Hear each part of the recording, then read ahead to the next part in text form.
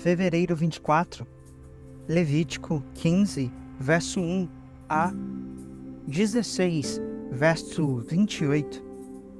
O Senhor disse a Moisés e a Arão: deem as seguintes instruções ao povo de Israel. Qualquer homem que tiver fluxo corporal estará cerimonialmente impuro. A contaminação é causada pelo fluxo, prosseguimento ou não. De qualquer modo, o homem está impuro. A cama onde o homem com o fluxo se deitar e qualquer coisa sobre a qual ele se sentar ficará cerimonialmente impura. Se alguém tocar na cama dele, terá de lavar as roupas e banhar-se com água e ficará impuro até o entardecer. Se alguém se sentar onde ele se sentou, terá de lavar as roupas e banhar-se com água e ficará impuro até o entardecer. Se alguém tocar nesse homem que tiver fluxo, terá de lavar as roupas e banhar-se com água e ficará impuro até o entardecer. Se o homem cuspir em alguém cerimonialmente puro, essa pessoa terá de lavar as roupas e banhar-se com água e ficará impura até o entardecer. Qualquer manta de sela sobre a qual o homem se sentar quando cavalgar ficará cerimonialmente impura. Se alguém tocar em qualquer coisa que tenha estado debaixo dele, ficará impuro até o entardecer. Terá de lavar as roupas e banhar-se em água, e ficará impuro até o entardecer. Se o homem tocar em alguém sem antes lavar as mãos, essa pessoa terá de lavar as roupas e banhar-se com água, ficará impura até o entardecer. Qualquer vasilha de barro em que o homem tocar terá de ser quebrada, e qualquer utensílio de madeira em que o homem tocar terá de ser lavado com água. Quando o fluxo do homem cessar, ele contará 7 dias para o período de purificação. Em seguida, lavará suas roupas e se banhará em água limpa, e ficará cerimonialmente puro. No 8º dia, pegará 2 rolinhas ou 2 pombinhos, se apresentará diante do Senhor à entrada da tenda do encontro e entregará suas ofertas ao sacerdote. O sacerdote apresentará uma ave como oferta pelo pecado e a outra como holocausto. Desse modo, o sacerdote fará expiação pelo homem diante do Senhor por causa do fluxo. Quando o homem expelir sêmen, lavará o corpo todo com água e ficará cerimonialmente impuro até o entardecer. Qualquer peça de roupa ou de couro que tiver sêmen será lavada com água e ficará impura até o entardecer. Depois que um homem e uma mulher tiver relações sexuais, ambos terão de banhar-se com água e ficarão impuros até o entardecer. Quando uma mulher tiver sua menstruação, ficará cerimonialmente impura por 7 dias. Quem tocar nela durante esse período ficará impuro até o entardecer. Qualquer coisa sobre a qual a mulher se deitar ou se sentar durante a menstruação ficará cerimonialmente impura. Se alguém tocar na cama dela, terá de lavar as roupas e banhar-se com água, e ficará impuro até o entardecer. Se alguém tocar em alguma coisa sobre a qual ela se sentou, terá de lavar as roupas e banhar-se com água, e ficará impuro até o entardecer. Isso inclui a cama e qualquer outro objeto sobre o qual ela tenha se sentado. Se alguém os tocar, ficará impuro até o entardecer. Se um homem tiver relações sexuais com ela e o sangue dela o tocar, a impureza menstrual será transmitida para ele. Ficará impuro por 7 dias, e qualquer cama onde ele se deitar ficará impura. Se uma mulher tiver por muitos dias um fluxo de sangue que não seja sua menstruação normal, ou se ela continuar a sangrar depois da menstruação normal, ficará cerimonialmente impura. Enquanto durar o sangramento, a mulher ficará impura, como acontece durante a menstruação. Qualquer cama onde ela se deitar e qualquer objeto sobre o qual ela se sentar durante esse período ficará impuro, como em sua menstruação normal. Se alguém tocar nessas coisas, ficará cerimonialmente impuro. Terá de lavar as roupas e banhar-se com água, e ficará impuro até o entardecer. Quando o sangramento da mulher parar, ela contará 7 dias, e depois estará cerimonialmente pura. No 8º dia, tomará 2 rolinhas ou 2 pombinhos, e os entregará ao sacerdote à entrada da tenda do encontro. O sacerdote apresentará uma das aves como oferta pelo pecado, e a outra como holocausto. Desse modo, o sacerdote fará expiação por ela diante do Senhor, por causa da impureza cerimonial causada pelo sangramento. Agindo assim, você manterá os israelitas separados da impureza cerimonial. Do contrário, eles morreriam, pois sua impureza contaminaria meu tabernáculo, que está no meio deles. Essas são as instruções referentes a qualquer pessoa que tenha um fluxo que saia do corpo, seja um homem que está impuro por expelir sêmen ou uma mulher durante sua menstruação. Aplicam-se a qualquer homem ou mulher que tiver fluxo e ao homem que tiver relações sexuais com uma mulher cerimonialmente impura. O Senhor falou com Moisés depois que os 2 filhos de Arão morreram ao entrar na presença do Senhor.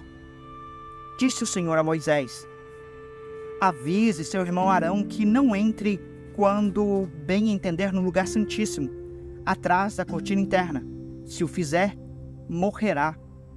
Ali fica a tampa da arca, o lugar de expiação, e eu mesmo estou presente na nuvem sobre a tampa da arca.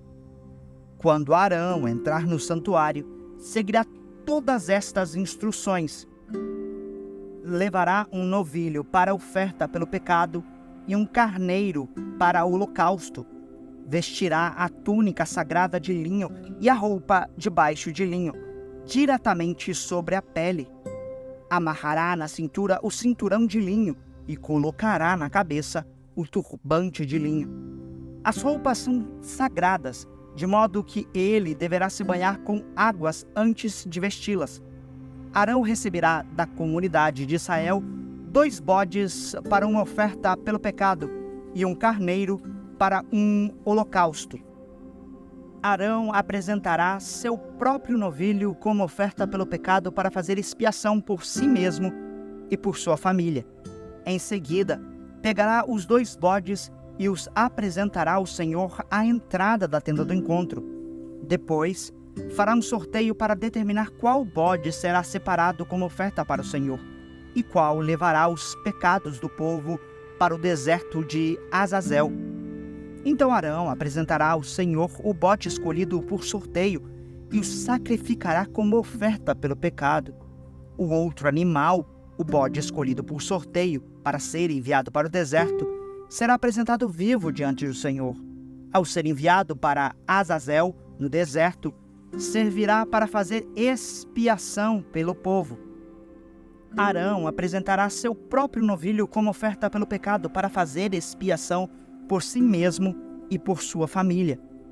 Depois de matar o novilho como oferta pelo pecado, pegará um incensário e o encherá com brasas ardentes do altar que está diante do Senhor. Pegará também 2 punhados do incenso perfumado em pó e levará o incensário e o incenso por trás da cortina interna. Ali, na presença do Senhor, colocará o incenso sobre as brasas ardentes, para que uma nuvem de incenso se eleve sobre a tampa da arca, o lugar de expiação, que está sobre a arca da aliança. Se seguir essas instruções, não morrerá. Depois, pegará um pouco do sangue do novilho, molhará nele o dedo e aspergirá o lado leste da tampa. Então, com o dedo, aspergirá com o sangue 7 vezes diante da tampa. Arão matará o primeiro bode como oferta pelo pecado em favor do povo e levará o sangue para trás da cortina interna. Ali, aspergirá o sangue do bode sobre a tampa e diante dela, como fez com o sangue do novilho. Desse modo, fará expiação pelo lugar santíssimo, e fará o mesmo com toda a tenda do encontro por causa da contaminação pelo pecado e da rebeldia do povo. Ninguém mais poderá ficar na tenda do encontro quando Arão entrar para realizar a cerimônia de expiação no lugar santíssimo.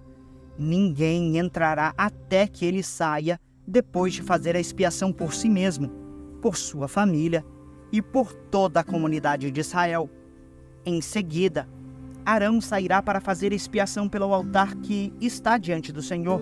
Para isso, pegará um pouco do sangue do novilho e do bode e o colocará em cada ponta do altar. Então, com o dedo, aspergirá o sangue 7 vezes sobre o altar. Desse modo, ele o purificará da contaminação dos israelitas e o tornará santo. Quando Arão terminar de fazer a expiação pelo lugar santíssimo, pela tenda do encontro e pelo altar, apresentará o bode vivo. Colocará as 2 mãos sobre a cabeça do bode e confessará sobre ele toda a maldade, a rebeldia e os pecados dos israelitas. Assim, transferirá os pecados do povo para a cabeça do bode. Depois, um homem escolhido especialmente para essa tarefa levará o bode para o deserto. Ao sair para o deserto, o bode levará sobre si todos os pecados do povo para um lugar distante. Quando Arão voltar para dentro da tenda do encontro, tirará as roupas de linho que vestia ao entrar no lugar santíssimo e as deixará ali. Ele se banhará com água num lugar sagrado, vestirá suas roupas habituais e sairá para apresentar um holocausto para si mesmo e um holocausto para o povo. Deste modo, fará expiação por si mesmo e pelo povo. Por fim, queimará no altar toda a gordura da oferta pelo pecado.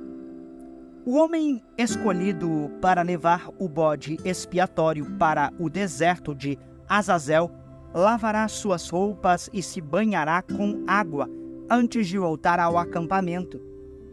O novilho e o bode apresentados como ofertas pelo pecado, cujo sangue Arão trouxer ao lugar santíssimo para a cerimônia de expiação, serão levados para fora do acampamento. O couro, a carne e os excrementos dos animais serão queimados. O homem que os queimar lavará suas roupas e se banhará com água antes de voltar ao acampamento. Marcos 7, versos 1 a 23. Certo dia, alguns fariseus e mestres da lei chegaram de Jerusalém para ver Jesus.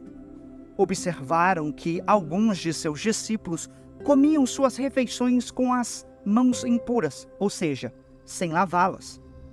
Pois todos os judeus, sobretudo os fariseus, não comem sem antes lavar cuidadosamente as mãos, como existe a tradição dos líderes religiosos. Quando chegam do mercado, não comem coisa alguma sem antes mergulhar as mãos em água. Essa é apenas uma das muitas tradições às quais se apegam, como a lavagem de copos, jarras e panelas. Então os fariseus e mestres da lei lhe perguntaram: por que seus discípulos não seguem a tradição dos líderes religiosos? Eles comem sem antes realizar a cerimônia de lavar as mãos. Jesus respondeu: hipócritas! Isaías tinha razão quando profetizou a seu respeito, pois escreveu: este povo me honra com os lábios, mas o coração está longe de mim. Sua adoração é uma farsa, pois ensinam doutrinas humanas como se fossem mandamentos de Deus. Vocês desprezam a lei de Deus e a substituem por sua própria tradição. Disse ainda: vocês se esquivam com habilidade da lei de Deus para se apegar à sua própria tradição. Por exemplo, Moisés deu esta lei: honre seu pai e sua mãe. E Quem insultar seu pai ou sua mãe será executado.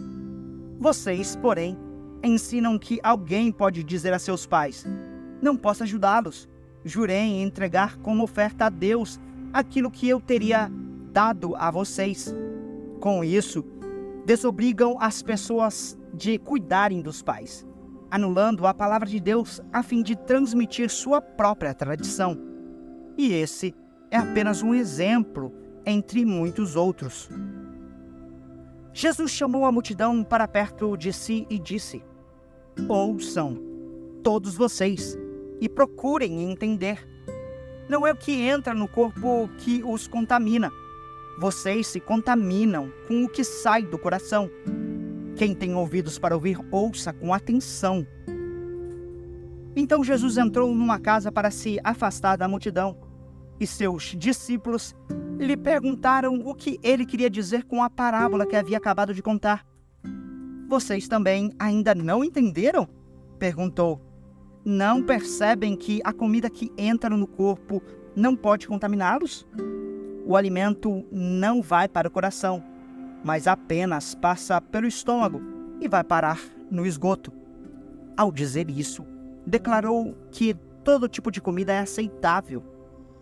Em seguida, acrescentou: aquilo que vem de dentro é o que os contamina, pois de dentro do coração da pessoa vêm maus pensamentos, imoralidade sexual, roubo, homicídio, adultério, cobiça, perversidade, engano, paixões carnais, inveja, calúnias, orgulho e insensatez.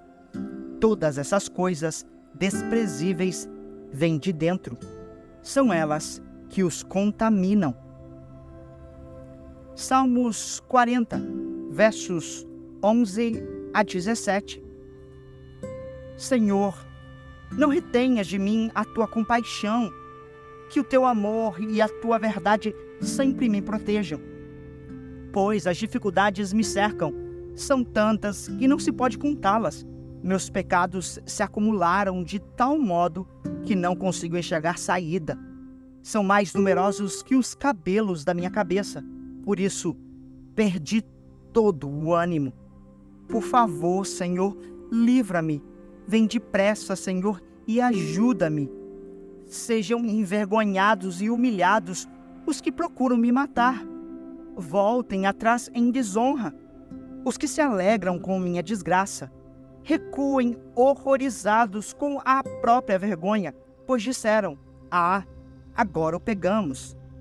Alegrem-se e exultem, porém, todos os que te busquem, todos que amam tua salvação. Digam sempre: grande é o Senhor. Quanto a mim, pobre e aflito, que o Senhor me mantenha em seus pensamentos. Tu és meu auxílio e minha salvação.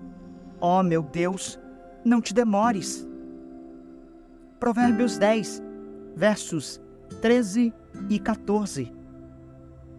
Palavras sábias vêm dos lábios de quem tem entendimento, mas quem não tem juízo é castigado com a vara. Os sábios guardam o conhecimento como um tesouro, mas a conversa do insensato só conduz à desgraça.